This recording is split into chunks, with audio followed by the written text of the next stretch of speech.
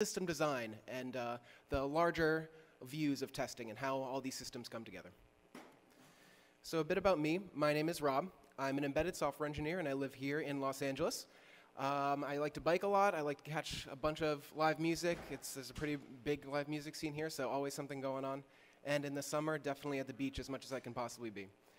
I first became an embedded developer probably 6 years ago or so, and that was due to scale. There used to be an educational course or a training course about embedded Linux, and I had no idea what they were talking about at the time. So over the years, it's all made sense, and I had to go back and reference some of their slides, but that's where it all first started. That's when it clicked for me, so very happy to be back here presenting, and yeah, it's very exciting.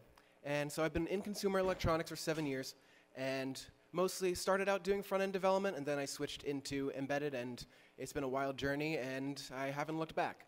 So a couple of the devices that I forgot to mention my cats. I also live with my 2 cats. They're very important. They are at my side all the time.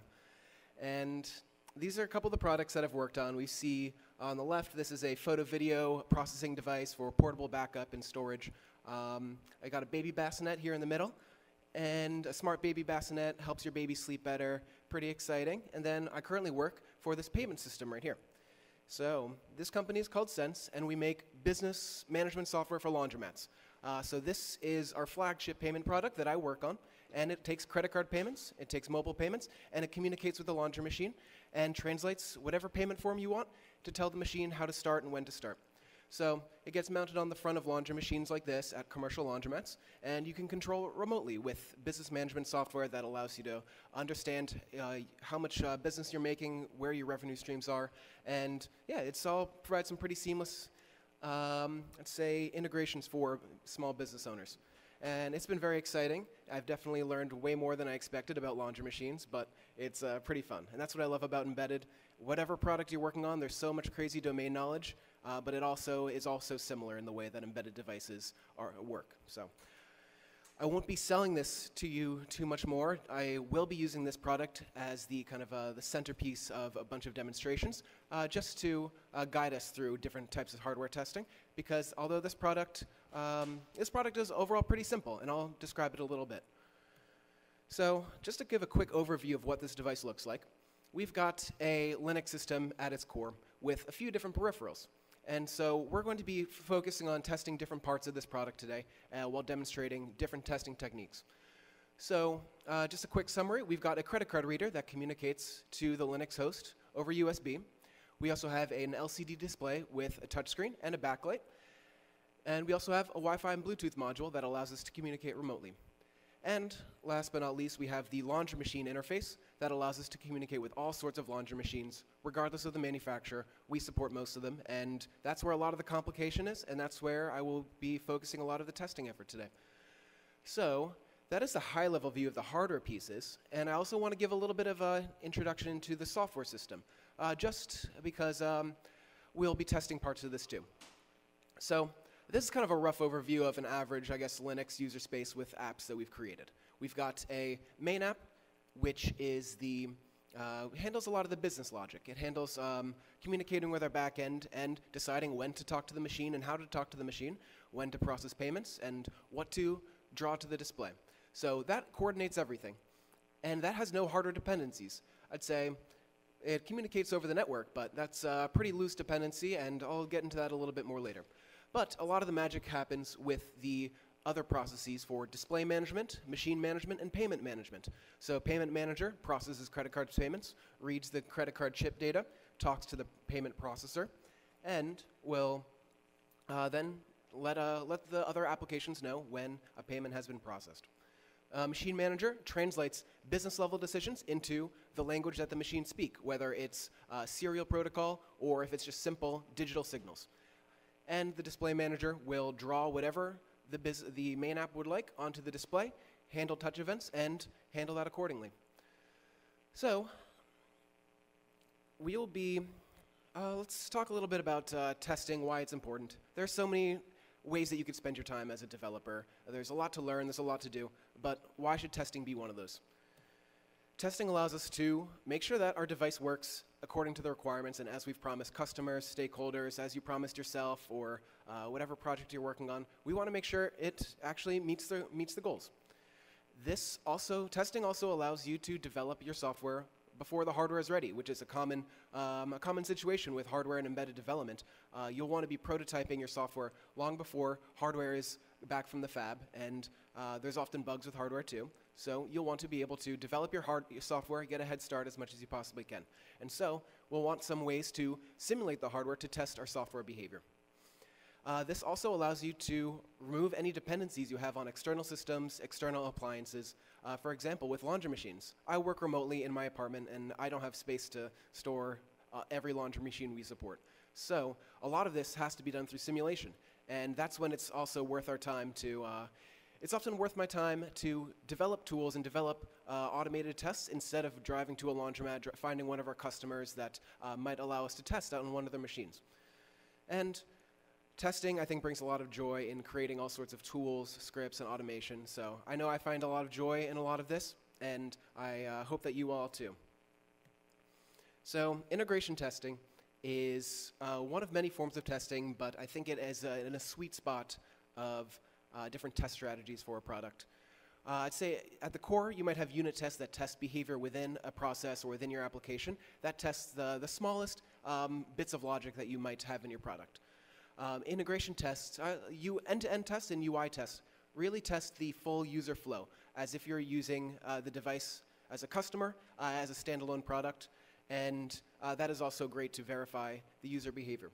But in the middle, there's a lot of logic going on, and sometimes it's a little slow to run the full set of tests, or if you don't have all the pieces with you, like a laundry machine, sometimes you will have to substitute in some pieces or find other shortcuts. So I think integration tests are the sweet spot between the very small and very short tests and the very involved tests of end-to-end testing.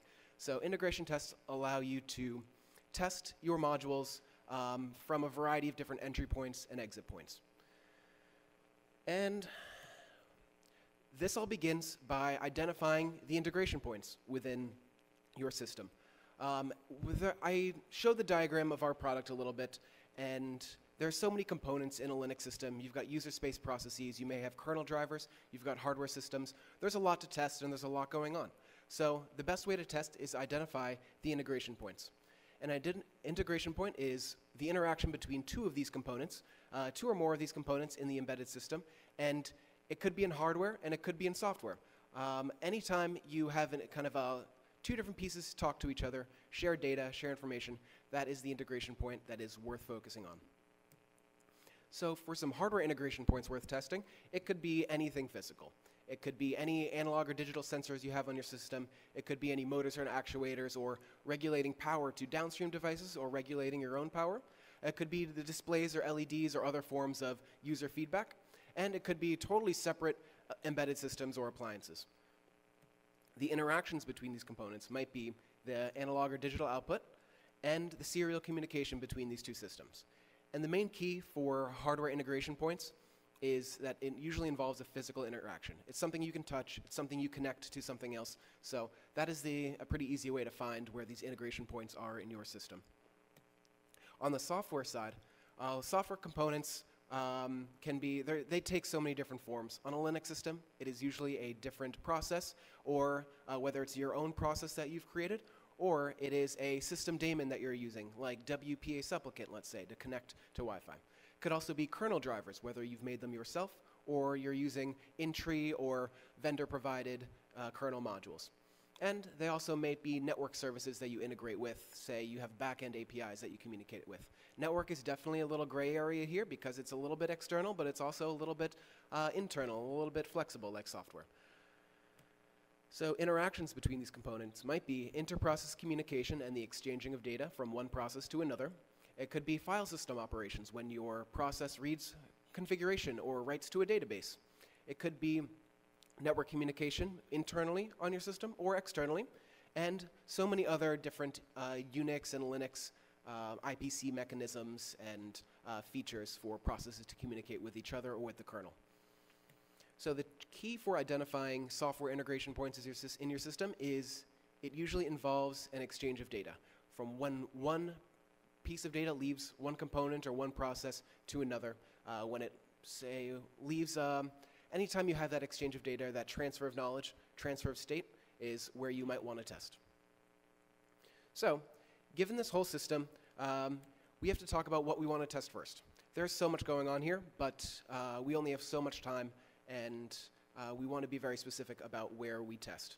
So let's talk about some of the integration points we have here. I mentioned, let's start with hardware. That's often the easiest to identify because it's physical. So we have a few physical interfaces on our main board. We've got USB output to a Wi-Fi module and to a credit card reader. And we've also got some LCD data. I do not know what that looks like, but it looks complicated when I look at the schematic. And we also have an I2C bus to read from some sensors and read the touch information from the touch screen. That's about it for the physical interfaces. Oh, of course, the laundry machine interface. And we have so many outputs on this device to interface with whatever machine the device happens to be connected to at that particular time. So for the software interfaces, this diagram is quite simplified, but it really looks like this inter-process communication here is the most of the integration points we have here. What's not shown here are kernel drivers that you might have here to translate USB data from the card reader up to our application. And same with the LCD drivers. There's a lot of complexities there that aren't documented here, but I think that's sort of the point, because testing should be easy, and you also want to make sure you focus your time on some of the easier pieces first. So for hardware integration points, they're often easier to start because they're already exposed to you, they're already physical, and there's often clear ways of how your hardware should behave and how the other sensors should behave. And I'd also recommend focusing on your user flows. If you're developing a product or a device and you have a specific goal in mind, start with how your users will use this device and make sure you test the features around there. That's the most important. And focusing on your own hardware and software. I mentioned that we've got USB buses for the credit card reader. We've also got LCD touch displays. And those aren't quite ours. They're still important for the product, but it's important for us to focus on the software that we've written and that we can test and that we can change easily. So for all of our demos, I'm going to be focusing on the core use case of this product is to pay for laundry with your credit card. So this is a pretty simple flow. It starts with taking your credit card and inserting it into our payment system. The credit card data is read, sent to our payment processor. Payment is successful, and once the payment succeeds, we tell the machine how much was paid or whether it can start. So that is core to the product, and we want to make sure this works every time and for every machine. So let's start out with some of the hardware integration testing of this product. So let's go back to our hardware integration points. We've got, in this flow, we actually have quite a few hardware integration points. We've got, first step of that flow is to insert your credit card. And that involves data from your credit card, entering your system, being read by our user space process, and then being sent up through our stack and communicating with the payment processor. Next, after the payment is processed, we want to tell the machine it's time to start. So when the time is right, the main app handling the business logic will tell the machine manager, please tell the machine it's time to start. And lastly, that command gets converted to whatever machine language we're working with, and the laundry machine becomes ready to start. So in the system, I'd recommend, we want to make it simple. We want to focus on our user flows and our software. So in this particular system, I would not recommend testing the USB interface here. Although end-to-end testing is inserting your credit card and making sure it succeeds, for integration testing, we want to remove some of these difficult dependencies. I don't necessarily want to be charging my credit card hundreds of dollars a day just to test some features. So one way we can do that is forget about the card reader for now. Let's see if we can just test part of this flow from the main application down to the laundry machine. So some techniques to do this, you want to substitute out any hardware dependencies or difficult to work with electronics with simple alternatives. When you're working with digital or analog signals, that could often be a switch, a transistor, or your own sensors if you happen to have them, potentiometers if you need to simulate a specific voltage. If you are working with data, whether physical, I'd say let's start with physical. We'll want to make sure that we work with, want to inspect that flow of data and verify that it's actually, we're communicating as intended. And we can do that with a whole bunch of equipment, lab equipment like oscilloscopes and logic analyzers. So we're going to test one situation right here. Often machines are pretty simple in that they don't have serial communication. They often just communicate with digital signals. They tell our payment system when it's running, and they also take input payment just by coin. So one way that we send coins to the machine is by pretending to be a coin passing through a coin drop. This involves the machine manager translating commands for, or however much money was paid, into that many number of quarters as an electrical signal. So we're going to be focusing on just testing the digital output part of the payment flow, making sure that a payment gets converted to coins. So just to talk about the electrical expectations of this behavior. We've got our payment system, and we've got the laundry machine. The payment system, when it's ready to pay, it will send a digital pulse to the laundry machine, which represents one coin. This is exactly what a mechanical or an optical coin drop does, shown on the left, but we are just simulating that behavior. So we can translate our credit card payments, our digital payments, into coin pulses that the machine understands. So we're going to be looking for a coin pulse that starts at 3.3 volts, gets tied down to ground, rises back up again within a period of 100 milliseconds or so. And that is what the machine considers to be a valid coin. So we are going to make sure our payment system actually sends a coin pulse of that width. And so we're going to do that by replacing the laundry machine with an LED. A very simple replacement that we can actually observe when the coin pulse happens and how long it happens for. So I've got a little demo for us. So to describe the scene a little bit, we've got a little breadboard and our product under test. I'm using a Raspberry Pi as a substitute, but this is our payment processor that just processed a credit card payment.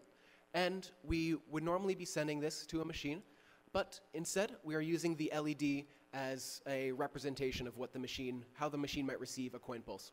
So on the left, I've got that machine manager process running.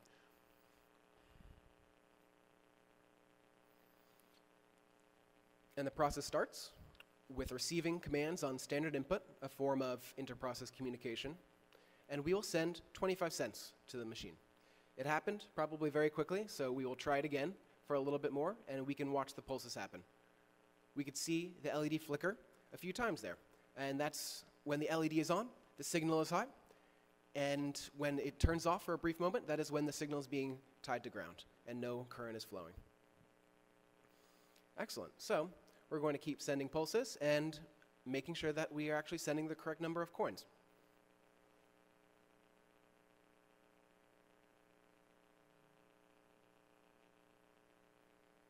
All right, that's it. So it looks pretty simple, and it is. Testing doesn't have to be super complicated. This is a little bit of a dummy example. I mean, every project starts with a Blinky, so I had to include Blinky in here somewhere.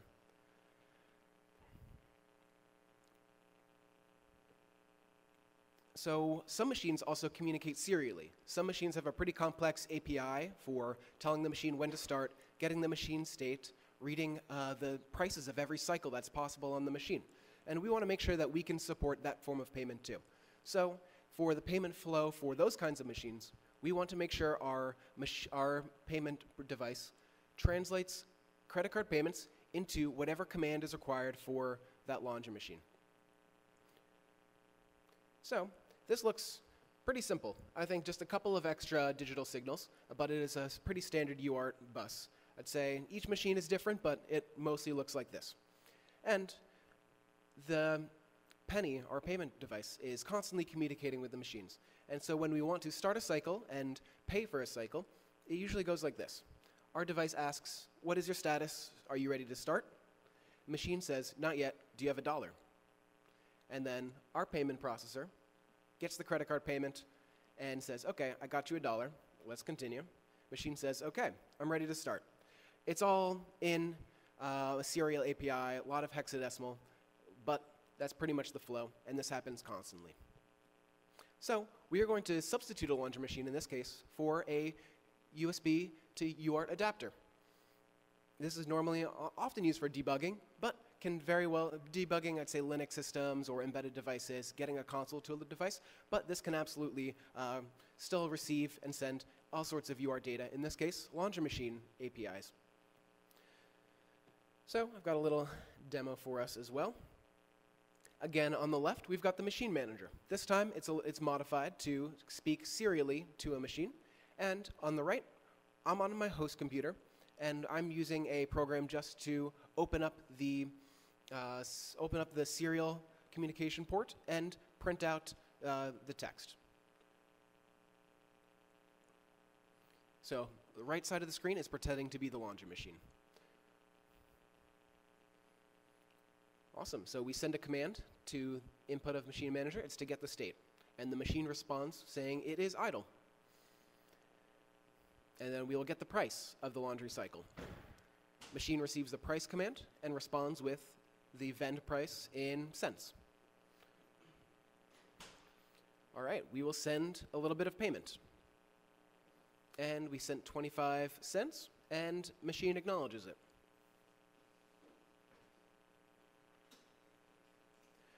Okay. There's 75 cents remaining in the balance, and we will send the remaining balance so we can start the machine.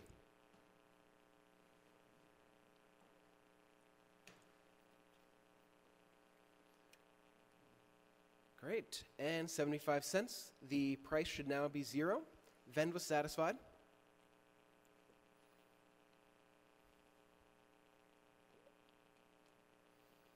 And we've entered the running state. That's pretty much how laundry machine cycles start when you're communicating serially and using their APIs. Certainly another simple example. We'll definitely get into a more complicated use case, but this is how you might be able to substitute a laundry machine for the serial, a serial representation of it. You can prepare your own commands or your own responses to a machine through any other tools you might have on a hand, like the UART adapter. So, a lot of these examples, they're a little bit trivial. I mean, it's Blinky after all, and the previous demo was just me sending commands back and forth, typing on one side, typing on the other terminal. So, it's a little bit tedious. This is all very manual testing. It's simple, and everything starts with a little bit of prototyping. This is what software engineers or electrical engineers do when prototyping a design, when they want to make sure a circuit works or a little bit of a software behavior works. So this still usually happens in day-to-day development. But we want to make it easier. We want to make it better to work with, and particularly faster, because I don't want to sit there typing all day. So we're going to introduce automation for our hardware tests. Hardware automation removes a lot of the manual work out of it, but you can still test the same behavior. It also allows you to test quite a bit faster and actually precisely measure inputs and outputs to your system. And it allows you to define your test criteria in code. So there's no guessing about what you are expecting when you're typing commands to your own process. It will all be defined for you, and you can have it pass automatically, fail automatically. The code can handle it for you.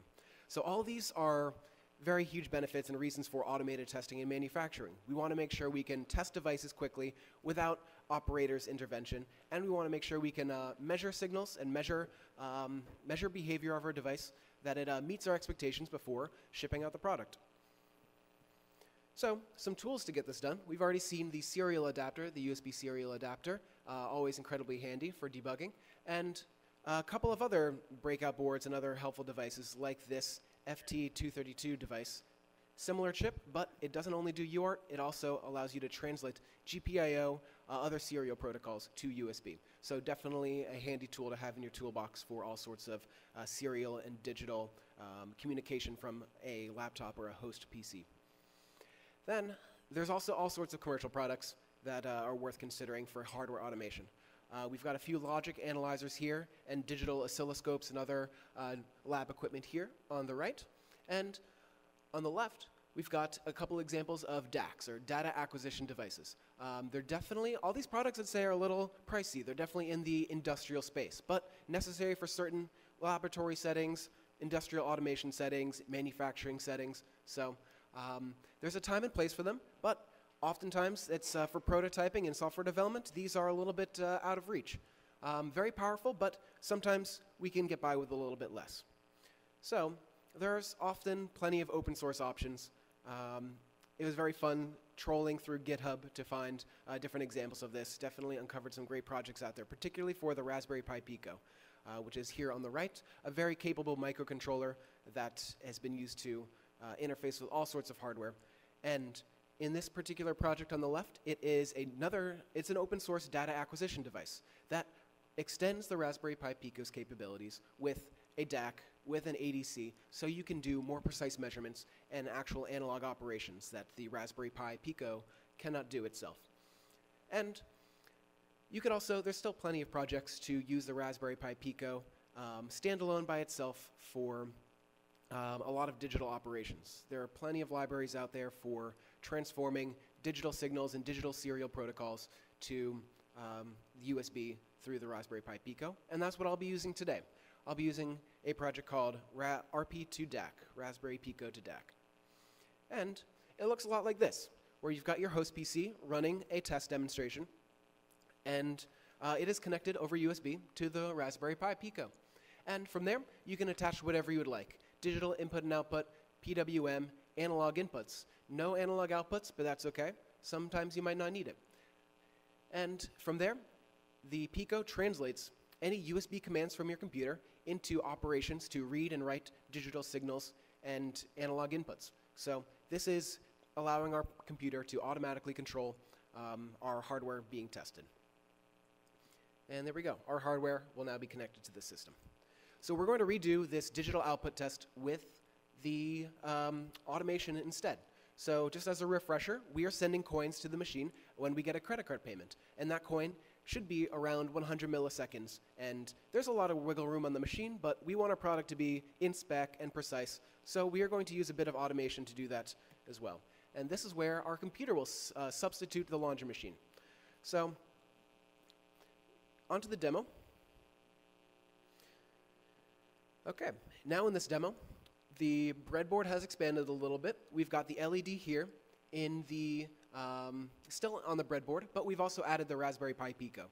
I'm keeping the LED there just for the visual representation, but a lot of this logic will be handled by the Pico. So I've got the machine manager in the top left. That is the same machine manager application that we saw in our first demonstration, sending digital signals.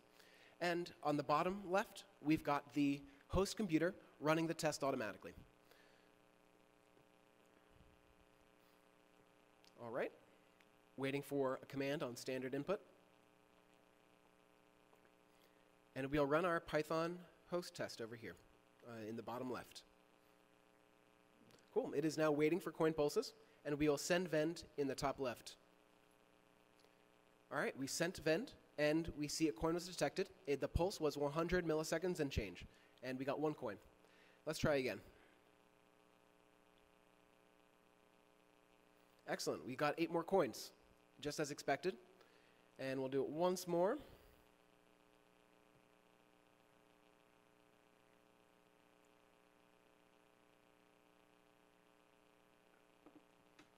Awesome, whole bunch of coins there. And we were able to see that most coins were within the margins of acceptability for our coin pulses. They are right around 100 milliseconds. So we are able to automatically verify the expected number of coins and that each pulse width was electrically within spec. Let's redo the UART test automated as well, so I don't have to keep entering commands. This is going to involve the same communication sequence. Actually, what's different about this demo, it won't be me typing back and forth. I will be showing a live demo of a serial simulator I've created for the Penny device that simulates some actual laundry machines we work with. So hopefully you get to see that in action, and that definitely allows us to validate the serial APIs and allows us to trigger behavior of our device that normally can't be accessed easily without a bit of testing, without actually having a machine connected. So this allows me to trigger some behavior in our device as if I'm the machine, but without actually needing a machine. This time we will still be using the UART adapter to our computer, just a little bit different software. So on the right, we've got the payment device set up on my desk, and I've got it connected to a UART adapter to my computer. And we have a whole bunch of cabling here that is usually connected to the laundry machine. There's all sorts of inputs and outputs on the laundry machine, but I'm just attaching to the serial bus here.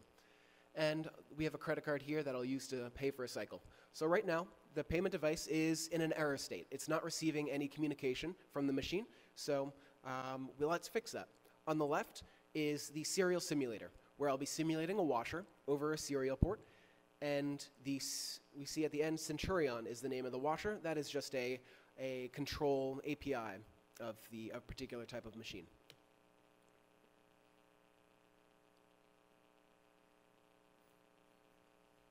All right, and we can see a bunch of hexadecimal going through. That is the receiving and sending of serial packets to and from the machine and to and from our simulator. And the screen has now changed to show what the cycle price is.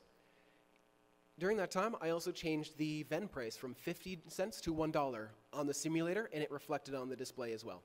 I will start it all again without the hexadecimal showing, just to clean it up, but I wanted to show you what the serial communication looks like and that it can be simulated from a host computer, no machine necessary. All right, here I changed the VEN to $2 again.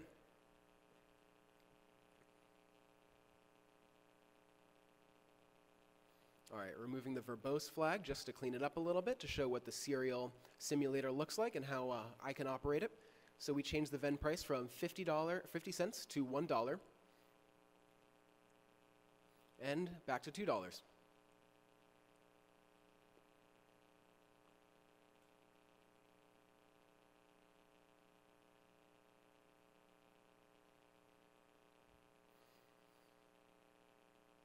Awesome. Credit card is inserted and it's detected and the payment is being processed.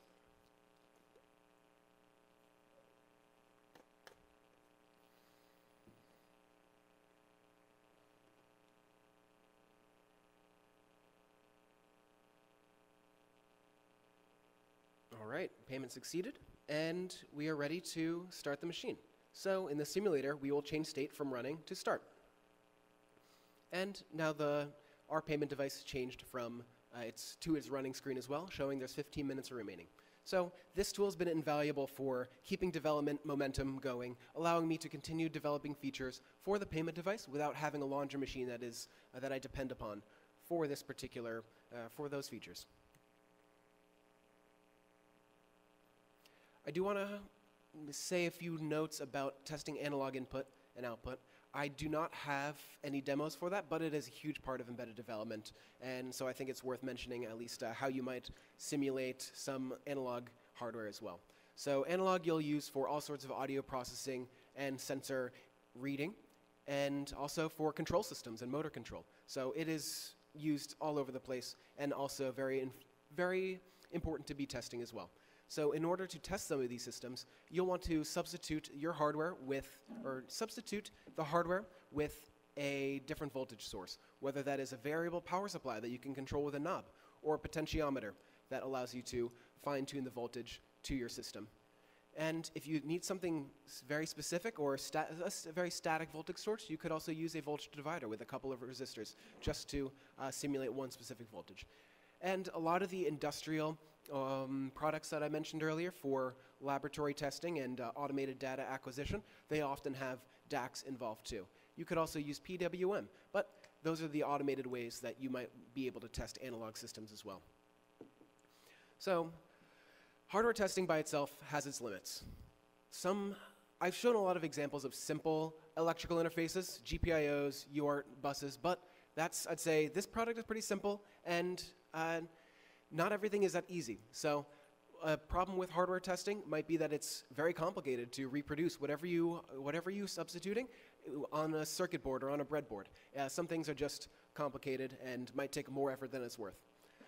Hardware may also be difficult to simulate the behavior of it. If you've got a very complicated sequence of operations or state changes with a sensor or with a machine and a serial protocol, it might take a lot of software, a lot of logic to recreate. And testing often requires software. in my demonstrations, you'll notice that I was sending commands manually to a process. That required me simulating some inter-process communication, so our hardware test still depended on some software input to trigger the test behavior.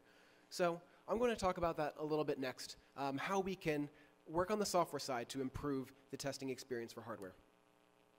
I want to stop there for any hardware questions. Does anybody have any questions about the hardware testing or hardware setup? All right, we'll continue.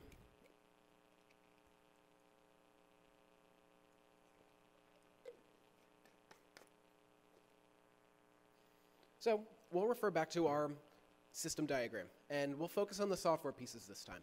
If you remember our flow for credit card payments, we wanted to, we are sending a credit card data through our whole program, through our whole device to communicate with the laundry machine. But there's quite a few software exchanges of data that happen at this point. A lot of inter-process communication, a lot of USB data being read and received and transmitted. So we also want to be testing that too. So we're going to be focusing on the inter-process communication between these applications.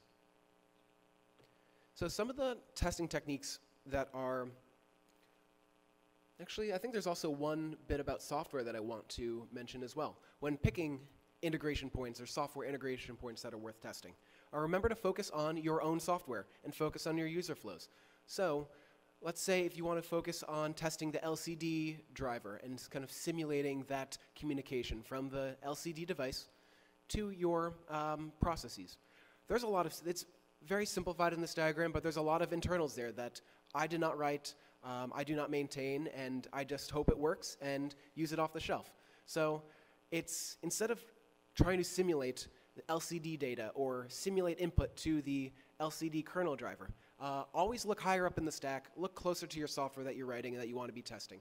That's going to be a better investment of your time. And so to do that, there are so many tricks in a Linux system that you could use. We'll want to be able to intercept and simulate inter-process communication. That means hooking onto any pipes or sockets or any TCP servers or clients that are already being used between your processes to communicate. We'll want to take advantage of that and send commands that way. We'll also want to monitor and simulate file system operations too. Processes may do all sorts of file system operations, and we can insert data that way or verify behavior by seeing the file system output created by processes. And we can also send commands over a network and make sure that our process is communicated with an API correctly that way. And lastly, there are so many controls and levers to pull at the kernel level to control process behavior and to simulate behavior. Just to name a few there, we've got C groups that are commonly used with Docker containers and namespaces, but those allow you to limit your process in certain ways, control what it has access to. So those could also be handy tricks for testing. And I don't know much about it. I would love to learn more. I think there's talks going on at this conference. There always are. It's very popular. Our eBPF programs to change the behavior at the kernel level, to intercept system calls and other kernel to program interactions. All right, so we are going to be focusing on the inter-process communication, specifically with Unix sockets here. And if you remember our payment flow, Payment Manager processes a payment and sends the successful payment notification to our main app, our business logic, and then tells the machine to accept that payment. So we're going to be focusing on the communication between processes at this time, and specifically over Unix sockets. So this, to simulate Unix socket behavior, this is not normally accessible outside of the host system. So we're going to be using a few tricks to send commands to a server listening on a Unix socket. I'm going to be using the socat command as a way to open up connections and allow me to send data to a process over standard input. So Payment Manager is the client in this case. It is sending data to the main application. And Machine Manager is receiving data in this case. So Machine Manager will also be acting as a server listening on this particular socket.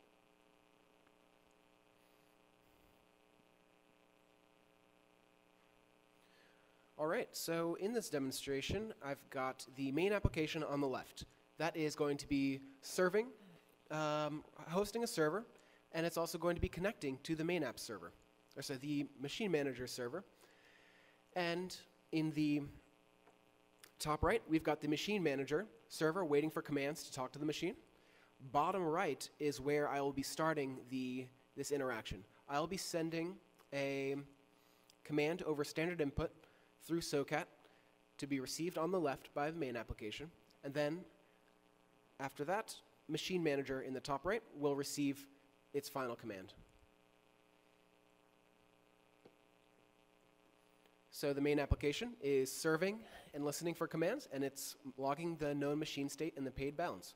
And we received a connection from payment manager, and we'll be sending this JSON command in the bottom right, card payment with a particular amount.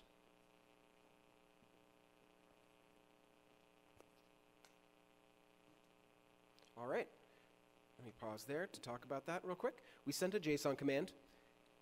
The main app on the left receives it, responds with a successful result, sends a send-ven command to the machine manager.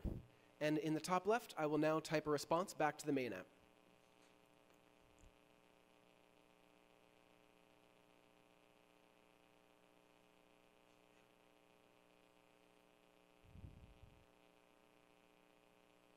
Awesome, send that response. Main app continues after receiving that successful response. So this shows a little bit of end-to-end testing just around the main app. We were able to simulate commands into the main app and observe the output there, all using Linux tools there to hook onto their existing inter-process communication mechanisms.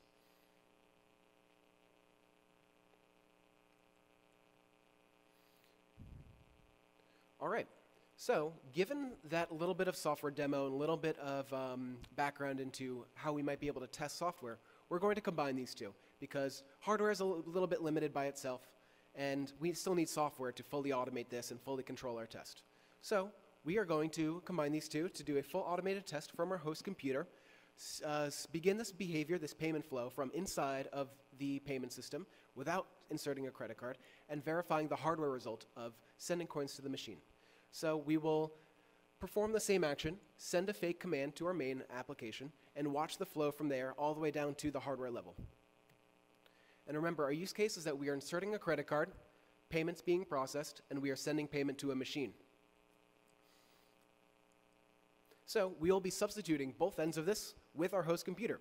Host computer will be running a Python program to remotely start the test on the machine, on the payment processor, and after the payment has been processed, we expect to see a hardware result of the coin output. So to do this, we will have to use a little bit of a trick. Unix sockets are not normally accessible outside of the host system. It is a lot like network programming, but it is fully local on the machine. So in order to do this, we will need to expose that Unix socket externally, just for testing purposes. And that allows us to have a remote client connect over TCP and then have that command proxied over the Unix socket to begin the test. So this is the SOCAT command I'm using for that. We are listening on one side over TCP and then sending that same data to the Unix socket to begin the payment.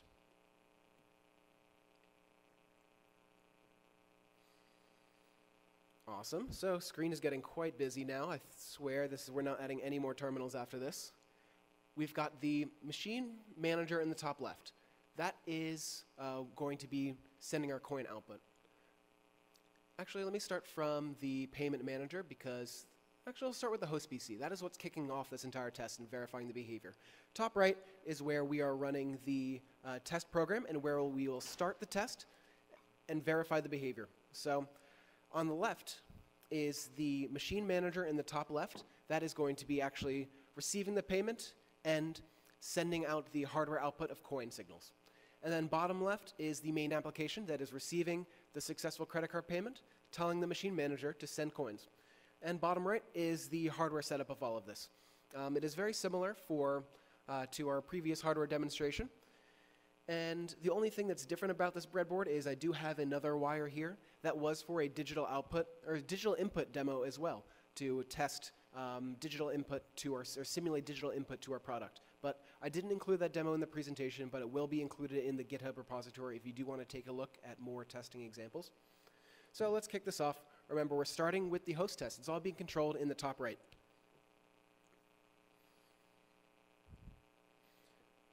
First setting up all these processes, they're running and they're listening.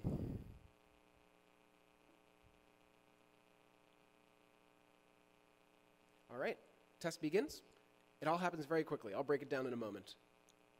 Whoops.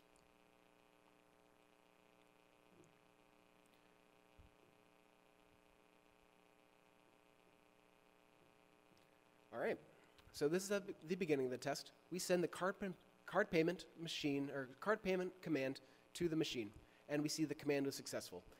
Over on the bottom left, we see main app received the request over that Unix socket, and it was proxied over TCP from our host computer. And that payment gets sent to the machine manager in the top left, which then converts that to coins. And we see the coin pulse is happening on the output, and we're verifying that we received 8 coins for that $2 payment. So there we go, fully automated end-to-end testing from a host computer with a lot of collaboration from hardware and software.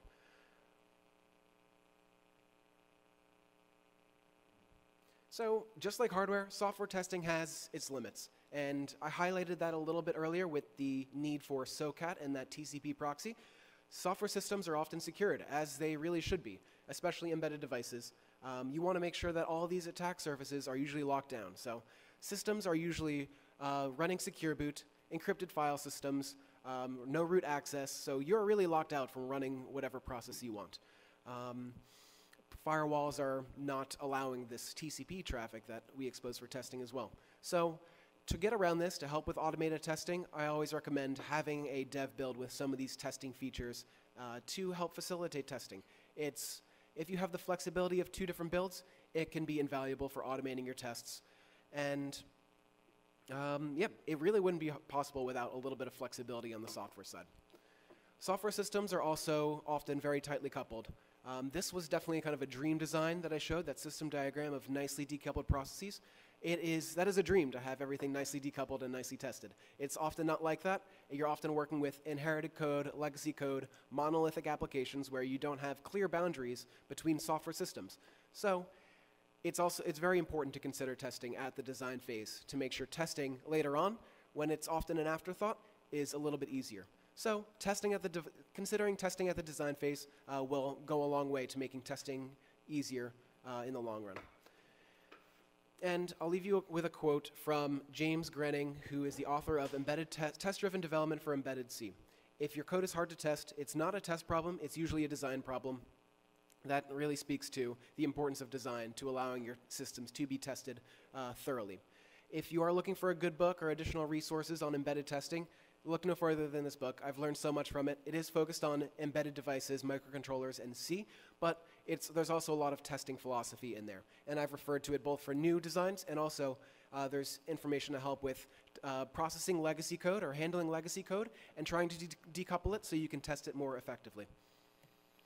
So just to wrap up a little bit, I'd like to just cover a few of the important points here for testing. Remember to prioritize your user flows. That's where your users will be using your product. That's where most of the behavior is. And that is where it's worth your time to focus on testing and to automate it. Also, prioritize the accessible points of integration, like the hardware interfaces, like the higher level user space systems for inter-process communication. That's going to be a little bit easier to start, and that's going to be a little bit more worth your time. And lastly, hardware and software is a powerful combination for automation together. Really couldn't do it without both of those systems. So, and there's a lot of room for creativity here. And it's a lot of fun developing test systems, and I hope you'll have a lot of fun with it too. Thank you so much for joining me. This is very wonderful to share this with all of you. If you want to contact me later, stick around afterwards. You can email me here.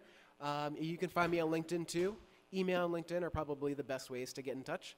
And there will be code hosted at this repository later if you would like to take a look at some of these code examples. That's it. Thank you so much.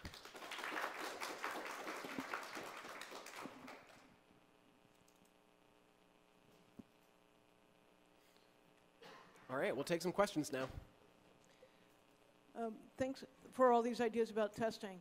One quick question is, I'm surprised for an application this simple, you're using Linux rather than in RTOS. And the second comment is, it seems like you'd want to have a shim layer, a HAL, for going to the different washing machines? Is this, I mean, does the software detect washing machine differences, or do you have different builds for different machines? And I mean, your displays and your coin inputs may change as well. So I'm just wondering about that kind of software reusability aspect. I'll answer the first question, and I'll ask you to repeat your second question in a bit. First question, answer is you're definitely right. It is a simple behavior and simple product, and it could be done with a microcontroller. And we do have an alternative product that is cheaper for customers and for us to manufacture that uses an RTOS and a microcontroller that can't run Linux. So we have an alternative product. I think when the product was first designed, it was built with ease of use, or it has ease of development in mind, and so it's much easier to prototype on a Raspberry Pi, make it a Linux system, use Python to create the program. So it's slowly becoming more minimal, and we may eventually come out with a similar product, all with a microcontroller. But I think Linux was very easy to get off the ground running with LCD drivers, USB drivers, an IP stack, and processing payments. So I'd say ease of use for the beginning of the design. And this is a Linux conference after all, so we're here for Linux, we're here for open source. Yeah, I was just wondering about how you're interfacing to different displays, different coin inputs, card readers, and washing machines. Oh, yeah. Do you have like a hardware extraction layer so that the machine manager and the payment processor and that core software can be the same always? Or are you actually like having a different build or command line options or something for supporting all that different hardware? Yeah, that's a great question. So we have a separate hardware interface that actually does the electrical translation to machines, because each machine has its own electrical requirements. Each machine may use UART, but it could use RS-232, 485, or just TTL line level. And every machine also has different styles of connection. So there's a lot of electrical differences, and that is handled in a separate daughter card that is then with a board-to-board connector inside this product as well. And at the software layer, the configuration is handled dynamically. It's not a separate build, it is just separate configurations for our customers depending on what machines they have. And so there is a lot of software logic to know what to send to each machine. The simple machines that have digital communication, just the coin pulses, that is very simple and that is universal for most machines. But there are so many different edge cases and weird situations for the serial machines. They're all so different, and it is tough to develop software to handle all of those. So yes, there's a lot of software complications to handling that abstraction too.